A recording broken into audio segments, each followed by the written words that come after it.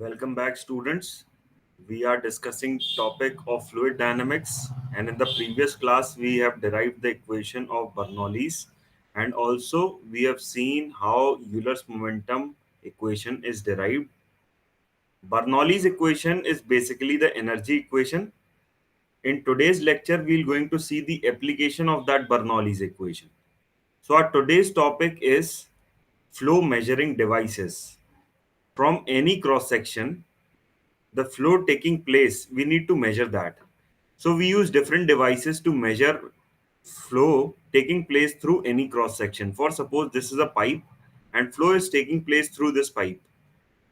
So from any cross section XX, the amount of fluid flowing per unit time is known as discharge. This discharge is also known as rate of flow, which is measured in meter cube per second. So we use different devices to measure this discharge. The various devices that we use to measure discharge is venturi meter and orifice meter.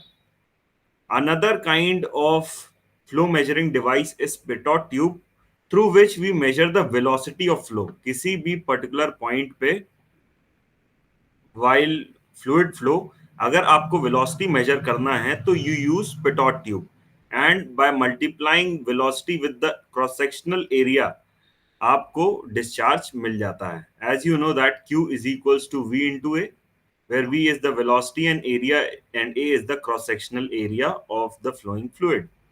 The pitot tube indirectly gives you the discharge, whereas venturi meter and orifice meter will going to give you the discharge directly.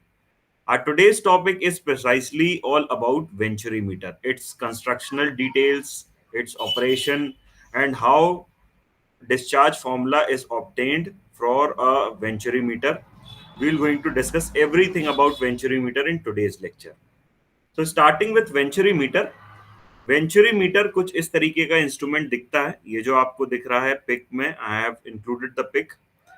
Venturimeter के दोनों तरफ में you connect pipe, and in between venturimeter you have three sections. ये देख रहे हैं, this is your first section, ये middle वाला second section, and then this is your third section of your venturimeter. First, second and third section of your venturimeter. These openings जो आप यहाँ पे देख पा रहे हैं, these openings are basically to measure the pressure at different sections. ठीक. So venturimeter is a flow measuring device. Flow measuring device is basically the measure of discharge, which is known as rate of flow, and it is measured in meter cube per second. In order to see the constructional details of a venturimeter, you need to see this picture. A venturimeter consists of three parts. First is the converging part.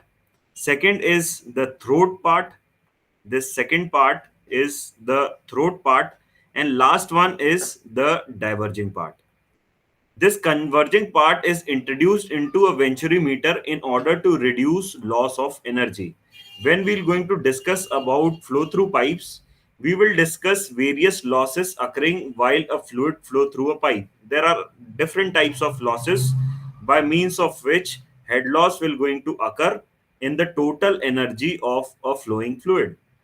So our venturimeter consists of three parts: converging part, throat part, and diverging part. The angle of this converging part, ये जो आप first part देख रहे हैं, the angle of this converging part, this is your converging part. The angle of this converging part lies in the range of 18 to 20 degrees. Angle of your converging part lies in the range of 18 to 20 degrees, and the angle of this diverging part, lies in the range of 5 to 7 degrees. Angle of diverging part lies in the range of 5 to 7 degrees. Diverging part का angle हम कम इसलिए भी रखते हैं क्योंकि हम नहीं चाहते कि ये सरफेस से जो फ्लो हो रहा है, there is no slip condition of this flowing fluid. इस सरफेस के साथ जो फ्लो हो रहा है वो इस सरफेस को छोड़ के अलग से एडीज प्रोड्यूस करे। इसको और डिटेल में हम डिस्कस करेंगे when we are going to discuss about flow separation. ठीक, अभी के लिए the angle of diverging part is taken very less because in order to avoid flow separation inside a venturimeter, because flow separation will going to produce some eddies, it will going to produce turbulence and hence more energy will be lost during a fluid flow। ठीक, ये converging part जो start होता है, this is your section 1 whose diameter is d1 and the throat part its diameter is d2। आप image से ही देख पा रहे हैं कि d1 is more than d2 and also this d2 is kept in the range of d1 by 3 to d2 by 3। इस range में d1 by 3 से d1 by 2 तक इसको रखा जाता है d2 को। जनरली अब वेंचुरी मीटर जब एग्जाम में आपसे क्वेश्चन पूछा जाता है तो वेंचुरी मीटर की डिटेल कुछ इस तरीके से लिख दी जाती है कि a venturi meter 30 centimetre cross 15 centimetre is introduced in a pipe. तो ये 30 सेंटीमीटर क्रॉस 15 सेंटीमीटर ये डायमेंशन किसके हैं? This 30 centimetre is given as your diameter d1 and 15 centimeter is diameter d2, which is also known as, this d2 is also known as throat, also known as throat diameter। ठीक है, तो exam में कभी भी अगर आपको venturi meter related question आए और कुछ इस तरीके से अगर डायमेंशन आपको मेंशन हो तो याद रखिएगा कि कन्वर्जिंग सेक्शन जो स्टार्ट होता है उस सेक्शन का जो डायमीटर है, initial diameter d1, it is first and second is the diameter of your throat. अब इस कन्वर्जिंग सेक्शन को अगर आप ध्यान से देखिएगा तो इस कन्वर्जिंग सेक्शन में जिस जैसे जैसे हम आगे मूव कर रहे हैं, our area of cross section is continuously reducing, our area of cross section is reducing as we are moving along the converging section. तो हम प्रिसाइजली अगर इस कन्वर्जिंग सेक्शन की बात करें, सिर्फ और सिर्फ इस कन्वर्जिंग सेक्शन की बात करें, तो यहां से हम दो आउटपुट निकाल सकते हैं। First one is according to continuity equation, as the area of cross section is continuously reducing, ये आप देख पा रहे होंगे, area of converging section is continuously reducing, so point 1, this is your point 1 and this is your point 2। अगर इन दो point में आप कंटिन्यूटी इक्वेशन यूज करते हो, in order to maintain continuity equation, your a1 v1 should be equal to a2 v2। as we know that a1 is more than a2, ये जो a1 है, this a1 is more than a2, therefore we can conclude that velocity at section 1, at this section, velocity at this section, that is v1, is less than v2। velocity at throat, this is v2, velocity at throat, this v2 will be more than v1 because area of throat is less than area of the starting point of converging section। ठीक है, second thing we can conclude from here is, if you consider these 2 points again, 1 and 2, आपने ये दो section consider किए 1 and 2, apply Bernoulli's equation at section 1 and section 2।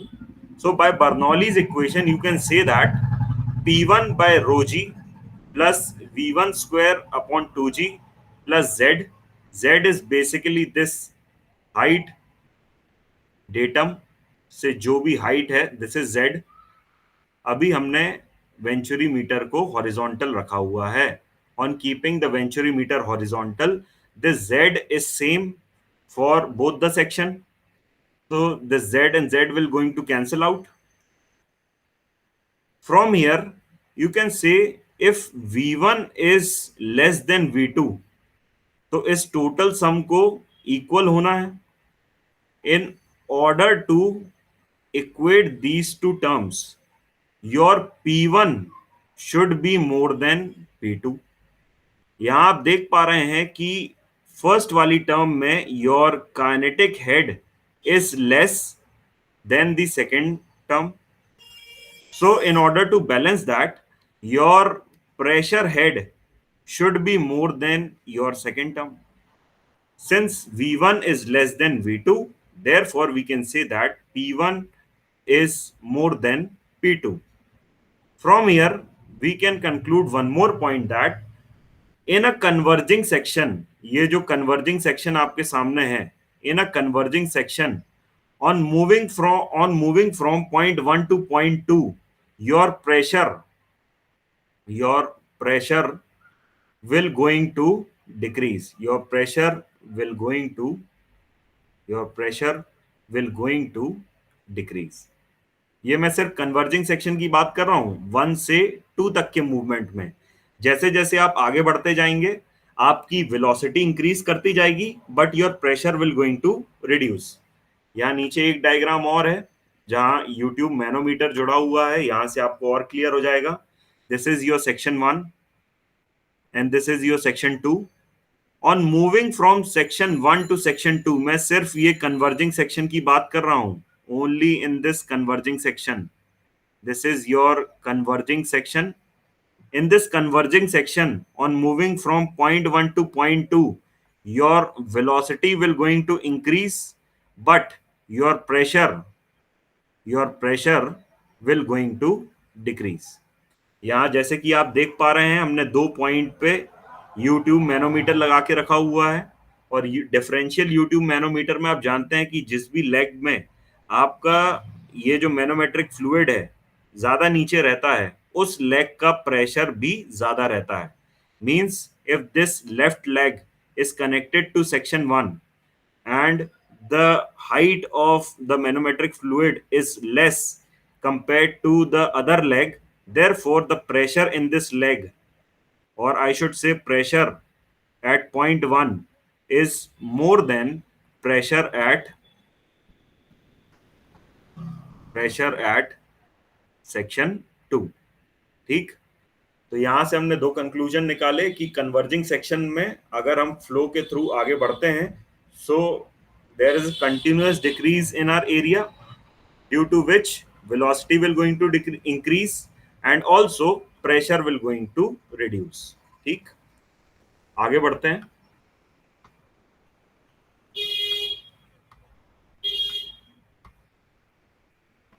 In order to measure discharge, venturi meter को आप 3 direction में install कर सकते हैं. आइदर इन हॉरिजॉन्टल डायरेक्शन जो हमने अभी देखा.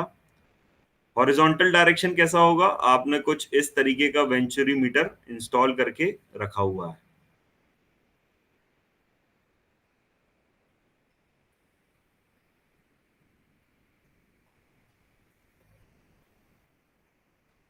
ये पिछले ही क्वेश्चन जैसा है.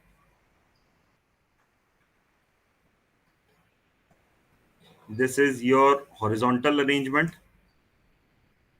इसी को आप खड़ा कर दीजिए तो that will be your vertical arrangement and third will be your inclined arrangement. तो जिस तरीके की पाइप फिटिंग है उसके अकॉर्डिंग आप वेंचुरी मीटर को इंस्टॉल कर सकते हैं.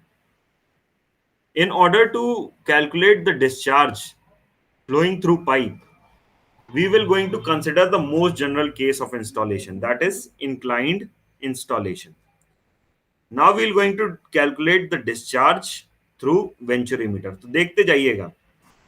आपने वेंचुरी मीटर को इंक्लाइन कनेक्ट करके रखा हुआ है. वेंचुरी मीटर के दोनों एंड पे यू हैव कनेक्टेड पाइप. इस पाइप से जो भी फ्लो होगा ये वेंचुरी मीटर से होके जाएगा. और मैंने आपको बताया कि कन्वर्जिंग सेक्शन पे अगर हम मूव करते हैं तो our velocity will going to increase and pressure will going to reduce simultaneously. We have not considered any head loss there in calculating the discharge through venturi meter. जब कभी भी हम कोई भी हेड लॉस या कोई भी प्रकार के लॉसेस को कंसिडर नहीं करते हैं while calculating the discharge, that type of approach is known as theoretical approach and the discharge obtained is known as theoretical discharge. ठीक. तो यहां से इस अप्रोच से जो भी हमारा डिस्चार्ज कैलकुलेट होगा that will be theoretical discharge. Consider point 1. This is your point 1 and this is your point 2. Apply Bernoulli's equation. उसके पहले कुछ डिटेल देख लीजिएगा. The point 1, this is your datum ये बेस में your datum is there, datum is the base. Point 1 is at a height of z1 from the base, and point 2 is at a height of z2 from the base. ठीक. अब the pressure at point 1 is P1 and pressure at point 2 is P2. We also know that the velocity at point 1 is V1 and velocity at point 2 is V2. तीनों चीज हमको पता है, हमको datum से height भी पता चल गई, हमको प्रेशर भी पता है P1. We also know the velocity at section 1. Similarly, we know Z2, P2 and V2. So applying Bernoulli's equation between 1 and 2, point 1 and 2 के बीच में आपने Bernoulli's equation को अप्लाई किया तो P1 by rho g plus V1 square upon 2g plus Z1 is equals to P2 by rho g plus V2 square upon 2g plus Z2. यहाँ पे Z1 और Z2 को कैंसिल मत कर देना, बिकॉज यहाँ पे Z1 और Z2 की डिफरेंट वैल्यूज है. यहां से आप देख पा रहे हैं Z2 is at more height than Z1. Z2 is at more height than Z1. ये इक्वल नहीं है, कैंसिल मत कर दीजिएगा, इसको वैसे ही लिखा रहने दीजिएगा. ठीक, थोड़ा रीअरेंज कर लीजिए इस इक्वेशन को. On rearranging this equation you will going to gave V2 square minus V1 square upon 2g is equals to P1 upon rho g plus Z1 minus P2 upon rho g plus Z2. याद करिए last class में मैंने आपको बताया था कि the sum of pressure head and potential head is combinedly known as the piezometric head. So this is the value, this total bracket is the piezometric head at section 1, and this second bracket is simply the piezometric head at section 2. तो इस difference को simplify करने के लिए I am going to say this piezometric head difference to be H. Let the piezometric head difference between section 1 and section 2, जो हमने यहाँ पे वैल्यूज लिखी हुई है ये वाली ब्रैकेट के अंदर, इसको सिंप्लीफाई करने के लिए we will going to say that this is H. So V2 square minus V1 square upon 2g is equals to H. V2 square minus V1 square is equals to 2gh. Say this is equation number 1. Now applying continuity equation between point 1 and 2, and we know that we have not considered any kind of losses. Therefore जो भी हमारे को discharge यहाँ पे मिलेगा that will be theoretical discharge. On applying continuity equation, we know that Q theoretical, because we haven't considered any discharge, we haven't considered any losses. Therefore Q theoretical is equals to A1 V1, which is also equals to A2 V2. From here we can say that V1 is equals to Q theoretical upon A1, and also V2 is equals to Q theoretical upon A2. थोड़ी देर पहले हमने ऊपर यहाँ equation derive करी थी, and that equation is V2 square minus V1 square is equals to 2gh. यहाँ पे V2 और V1 की वैल्यूज रख दीजिए, ये जो हमने कैलकुलेट किया है V1 यहाँ से एंड V2 यहाँ से, Q theoretical by A2. तो सब्स्टिट्यूट कर दीजिए, you will going to have Q theoretical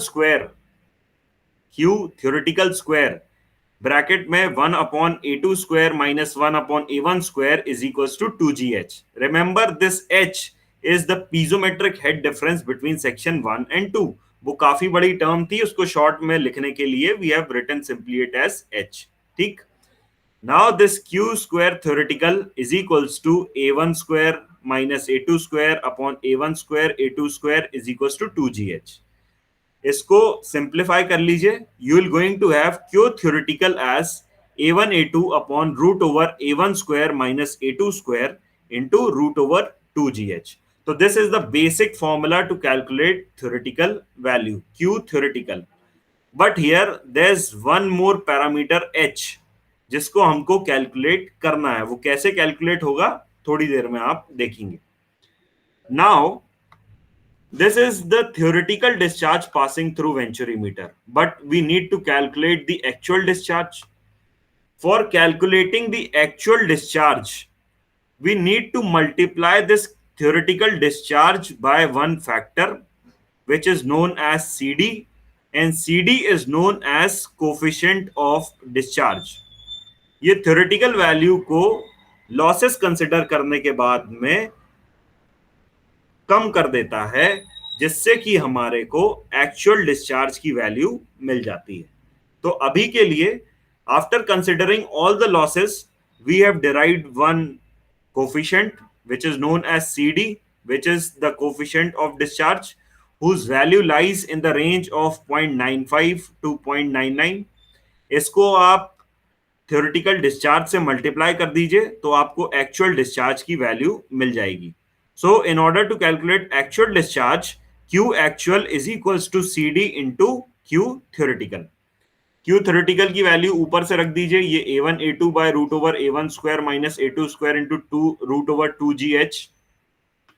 So you will going to have actual discharge Q actual is equals to CD into A1 A2 upon root over A1 square minus A2 square into root over 2G into root H. अब मैंने अलग इसको इसलिए लिख दिया है क्योंकि ये जो आपको सर्कल में दिख रहा है ये term, this term is known as constant of venturi meter. ये हम एक बार डिराइव कर लेते हैं और उस पर्टिकुलर वेंचुरी मीटर को यूज करने पे हम डायरेक्टली इस फैक्टर को रूट एच और सी डी से मल्टीप्लाई कर देते हैं. तो this constant of venturi meter क्या होता है? Constant of venturi meter is simply A1 A2 divided by root over A1 square minus A2 square into root 2G. यहां आप देख पा रहे होंगे A1 is the initial area of converging section, this is constant. A2 is the area of throat, again a constant, and G is acceleration due to gravity, which is again a constant. तो किसी भी particular venturi meter के लिए अगर आपने initial diameter and throat diameter को fix कर दिया, the constant of venturi meter will going to be fixed. Constant of venturi meter fix हो गया, आपको CD की वैल्यू पता है, आपको H की वैल्यू पता चल जाए, which is the piezometric head difference between section 1 and 2. Section 1 और 2 के बीच में जो भी पीजोमेट्रिक हेड डिफरेंस है, अगर ये भी आपको पता चल जाए तो आप simply actual discharge passing through the venturi meter calculate कर सकते हैं. अब CD हमको पता है, we know the constant of venturi meter by using the dimensions. Now we need to calculate the value of H. ये H की value निकालना है, which is basically the piezometric head difference. Now this value of H can be calculated using YouTube manometer और piezometers. कैसे निकालेंगे ये अभी हम देखते हैं. सबसे पहले we are going to use YouTube manometer. In order to calculate the value of H, first we are going to use YouTube manometer. यहाँ पे दो तीन चीजें आपको याद रखने की जो हैं वो ध्यान से बस देख लीजिएगा. First is calculation of पीजोमेट्रिक head difference using YouTube manometer. मतलब आपको सेक्शन 1 और सेक्शन 2 के बीच में जो भी पीजोमेट्रिक हेड डिफरेंस है वो कैलकुलेट करना है. ध्यान से देखिएगा बहुत. इस वेंचुरी मीटर के अंदर जो फ्लूइड फ्लो कर रहा है, the density of this fluid is rho. The density of the flowing fluid is rho and the density of this manometric fluid, ये जो मैनोमीटर के अंदर ये ब्लैक कलर से जो फिल्ड अप है, the density of this manometric fluid, this is rho m. ठीक, the density of this manometric fluid is rho m. Case 1 is when this inverted YouTube manometer is arranged in this fashion. ठीक है, कुछ इस तरीके का लगा हुआ है यू शेप में. यू शेप में आपने लगा के रखा हुआ है डिफरेंशियल YouTube मैनोमीटर को, और उसमें भी you know that density of manometric fluid is more than the density of the fluid. You know that rho m is more than density of the fluid. इसका मतलब ये है कि चाहे कितना भी प्रेशर हो इस पाइप फ्लो के अंदर, your manometric fluid will going to stay on the lower section of your manometer. हमेशा आपका जो मैनोमेट्रिक फ्लूइड है वो नीचे रहेगा, because its density is more than the flowing fluid. Now while considering pressure equation, आप पॉइंट 1 से point 2 तक मूव कीजिए राइटिंग प्रेशर इक्वेशन। रिमेंबर, हम जब फ्लूइड स्टैटिक्स पढ़ रहे थे, मैनोमीटर्स हमने डिस्कस किया था, तो एक पॉइंट से दूसरे पॉइंट जाने पे मैंने आपको बताया था जब कभी भी आप एक पॉइंट से प्रेशर लिखते हुए नीचे बढ़ेंगे, your pressure will going to add up, और जब कभी भी आप ऊपर जाएंगे your pressure will going to subtract from the present value. वैसे ही at point 1 pressure is P1, उसके बाद में ये पूरा फ्लोइंग फ्लूइड है up till height x, up till height x your fluid is flowing fluid, so the pressure will be plus rho gx। Again इस point से आप y नीचे आते हैं, so your pressure will be plus rho gy। up at this point these are at same level, and we know that if two points are at same level containing the same fluid, then the pressure at both these points will be same। तो यहां से आप यहां पे आ जाइए, at this point, at this point, इस point पे and इस पॉइंट पे प्रेशर सेम है, यहां तक हम पहुंच चुके हैं। उसके बाद यहां पे भी प्रेशर सेम होगा इस पॉइंट से, फिर यहां से आप ऊपर बढ़िए बाय अमाउंट y, यहां पे मैनोमेट्रिक फ्लूइड भरा हुआ है।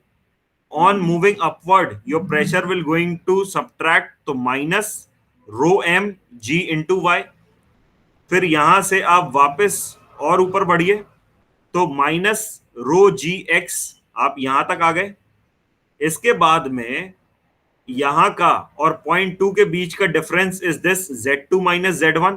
Again you are moving upward तो माइनस होगा minus rho G Z2 minus Z1। इसके बाद आप कहां पहुंच गए? At point 2। तो this will equal to P2। So the complete pressure equation comes out to be P1 plus rho gx plus rho gy minus rho m gy minus rho gx minus rho g Z2 minus Z1 is equals to P2। यहाँ पे rho gx and rho gx will going to cancel out. Divide this entire equation by rho g. So we're going to have P1 by rho g, कुछ rearrangement भी कर लिया मैंने साथ ही साथ में, P1 by rho g, और ये जो आप Z1 देख रहे हैं ये माइनस माइनस प्लस हो जाएगा, तो इसको आप P1 के साथ में रख दीजिए, P1 by rho g plus Z1 minus P2 को इस तरफ ले आइए, move P2 this side of equality, तो माइनस कॉमन ब्रैकेट में P2 by rho g plus Z2, this will be equal to rho m by rho minus 1 into y। So after rearranging this entire equation, your equation reduces to this form। अच्छा, ये जो आप देख रहे हैं दो brackets initial के, these two brackets are again representing the piezometric head difference between section 1 and 2, which is denoted by h। Starting में जो हमने h को डिनोट कर दिया था, so simply this piezometric head difference between point 1 and 2 can be replaced by h, and this h is equals to rho m by rho minus 1 into y। तो here is the value of h जो आप theoretical discharge के फॉर्मूले में रख सकते हैं, और CD की वैल्यू रखने के बाद में उससे एक्चुअल डिस्चार्ज कैलकुलेट कर सकते हैं। ठीक, so this y is also the reading of your manometer, जो आपको डायरेक्टली मैनोमीटर से आप रीड भी कर सकते हैं। ठीक है, ये y आपको पता रहेगी थ्रू मैनोमेट्रिक रीडिंग। तो this is the one form of calculating your h value, which is the piezometric head difference। Next, in the other case, if your YouTube manometer is arranged in this fashion such that your density of manometric fluid rho m is less than the density of your flowing fluid, in this case your manometric fluid will always going to stay on the upper part of your manometer, and your flowing fluid will going to stay on the lower side because its density is more than the manometric fluid density. In this type of arrangement, your H can simply be calculated by just reversing this formula by 1 minus rho m by rho into y. And again, this y is this manometric reading. Differential manometer की ये जो reading है, this is simply the y. ठीक, तो इस तरीके से दो डिफरेंट मैनोमीटर अरेंजमेंट से आप H वैल्यू कैलकुलेट कर सकते हैं. लास्टली, जैसा कि आप जानते हैं, H is the piezometric head difference. तो सिंपली आप दो डिफरेंट पीजोमीटर भी यूज कर सकते हैं. पीजोमीटर यूज इसलिए नहीं करे जाते हैं क्योंकि the height of piezometer required to calculate the pressure is very much, और उतनी हाइट पीजोमीटर की रखना फीजिबल नहीं होता है. इसीलिए we use differential U tube manometer, जहां पे मैनोमेट्रिक फ्लूइड की हाई डेंसिटी की वजह से we require less height of manometer. But in case if you use a piezometer, two different piezometer, you have arranged two different piezometer at section 1 and at section 2, तो जितनी भी pressure head रहेगा इधर पे, उतना वाटर इस piezometer के अंदर, उतना फ्लूइड इस पीजोमीटर के अंदर राइज कर जाएगा. पीजोमीटर की रीडिंग आप सिंपली उस पॉइंट से जितना फ्लूइड राइज कर गया उससे आप ले लेते हैं. For suppose if this is your piezometer 1, this is your piezometer, this is your piezometer 1. तो piezometer 1 की रीडिंग क्या होगी? piezometer 1 की रीडिंग आप यहां से स्टार्ट करिए. piezometer 1 की रीडिंग होगी Z2 minus Z1 plus X plus Y. So this is the total reading of your piezometer, and this total reading is basically the total piezometric head at inside this piezometer 1. Similarly, for piezometer 2, this is your piezometer 2. The reading of this piezometer 2 will be simply this X. ठीक है? So for calculating the different pressures, pressure at different points, for piezometer 1, this P1 is equals to rho G Z2 minus Z1 plus rho G X plus rho G Y. Z2 minus Z1 ये हो गया, आप ऊपर move कर रहे हैं, फिर X फिर Y, तो rho G Z2 minus Z1 plus rho G X plus rho G Y. Now this rho G से कॉमन लेके डिवाइड कर दीजिए, तो P1 by rho G plus Z1 is equals to Z2 plus X plus Y. Second piezometer में देखिए, your P2 value comes out to be rho G X. Your P2 comes out to be rho G X. rho G को नीचे ले आइए, तो P2 by rho G comes out to be X. X की value यहां पे substitute कर दीजिए. Substitute value of X in this equation, you will going to have this equation P1 by rho G plus Z1 is equals to Z2 plus P2 by rho G plus Y. P1 by rho G plus Z1 minus P2 by rho G plus Z2 is equals to Y. This difference of these two brackets is basically the piezometric head difference H, which can be equal to the value of Y. Y हम जानते हैं through the reading of piezometer. So this H is simply equals to Y, which we know through piezometric reading. Piezometer के reading के through हम उसको जानते हैं. So here are the three basic,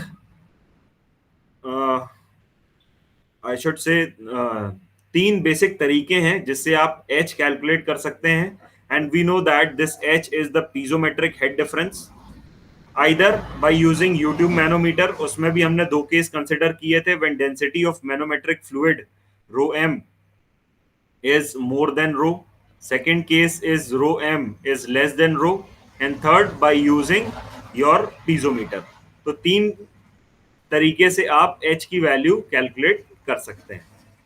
So this is all about Venturimeter, how we're going to use Venturimeter, how we install Venturimeter, what are the constructional objectives of Venturimeter, how it is constructed, दिखता कैसा है, उसके बाद theoretical discharge से actual discharge कैसे calculate करते हैं.